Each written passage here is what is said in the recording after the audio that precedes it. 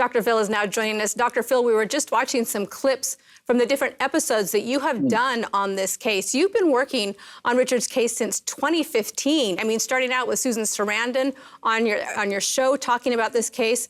And now, after 25 years of him being on death row, you heard the Supreme Court say what you've been hoping them to say, that he would get a new trial. What was it like for you to hear those words today?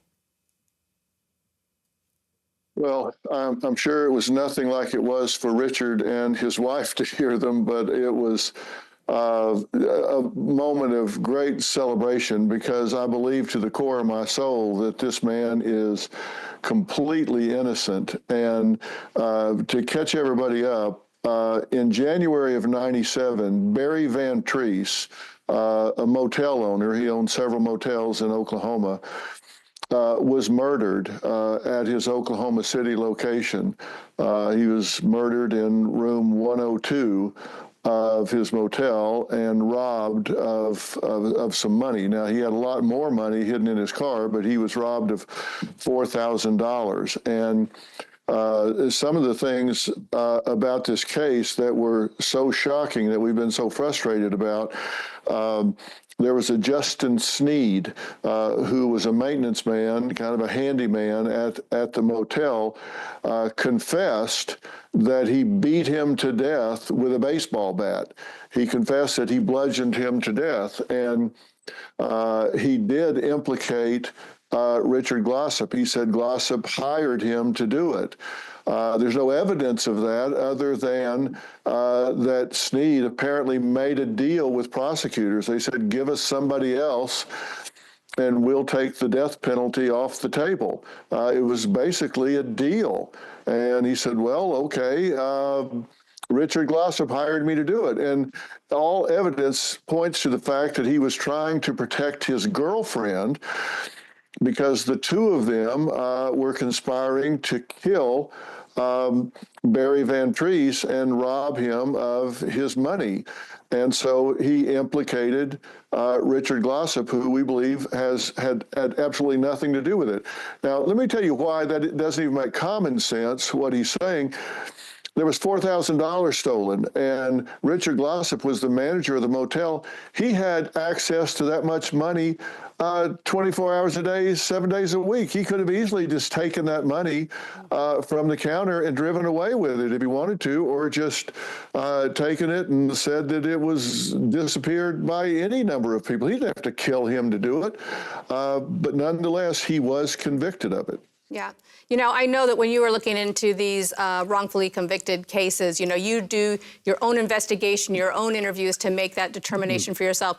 You interviewed Richard in this case. What was that interview like, and what were your impressions of him?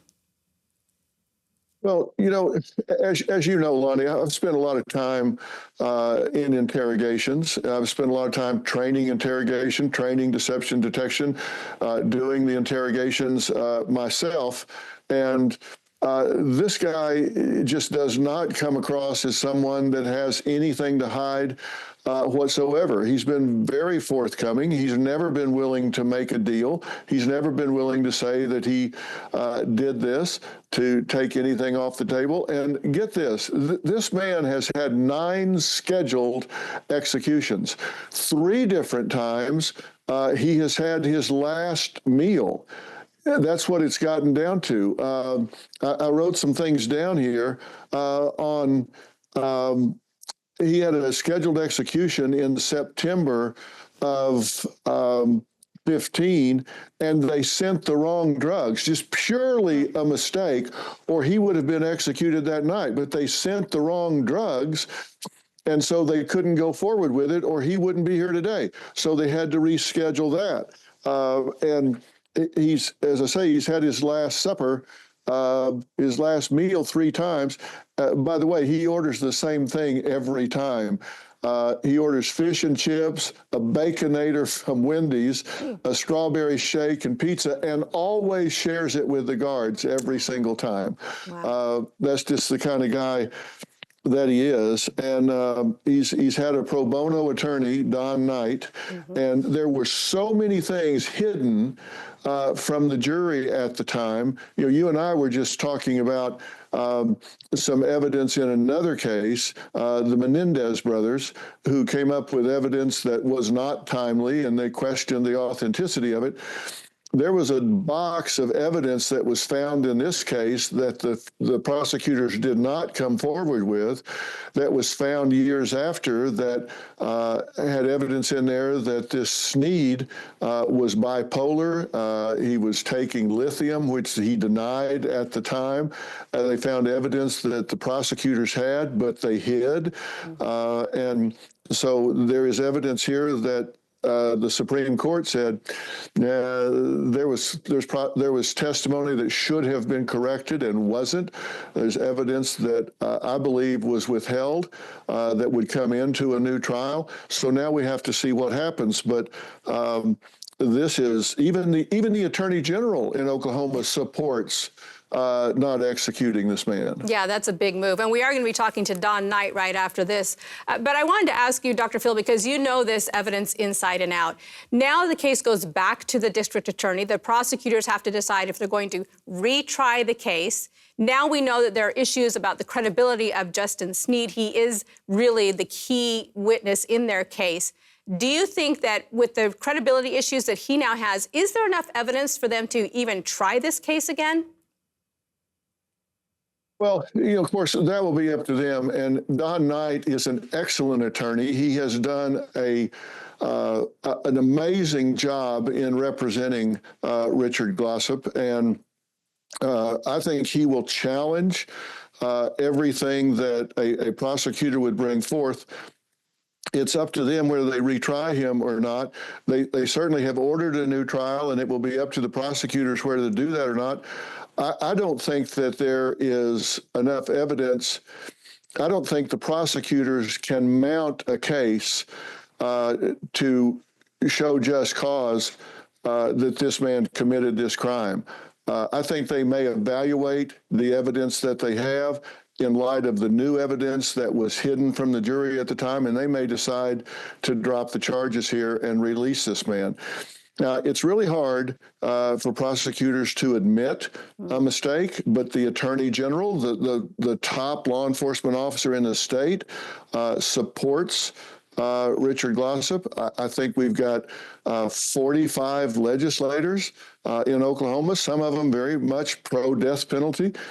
But they say, we're pro-death penalty, but we do think we should get the right guy. Right. And listen to the equities here. The man who says, I beat him to death with a bat, did not get the death penalty. The man who he just says told him to do it has the death penalty.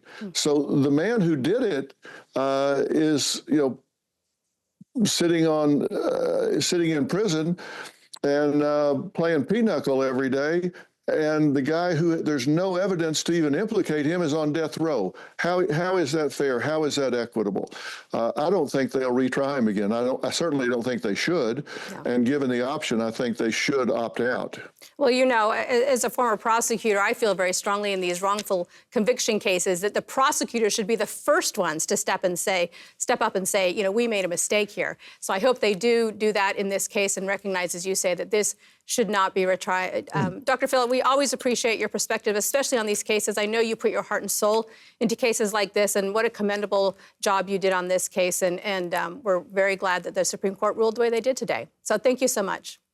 Well, I agree as well, and I want to remind prosecutors that their job is to seek justice, not convictions. Exactly. And those are two very different things in many cases. Sometimes it's the same, sometimes it's different. They should be seeking justice, not a conviction. And justice here has already been violated with this man spending so many years on death row. Turn him loose. Let the man go home. He has paid way more than he should have ever paid in a case that he did nothing wrong. So let him go. That's my opinion. Wise words. Thank you so much, Dr. Phil. Thank you, Loni. Appreciate it. And give my best to Don Knight. Tell him he's a hero in my eyes. He's done a great job here. We'll do that. Thank you.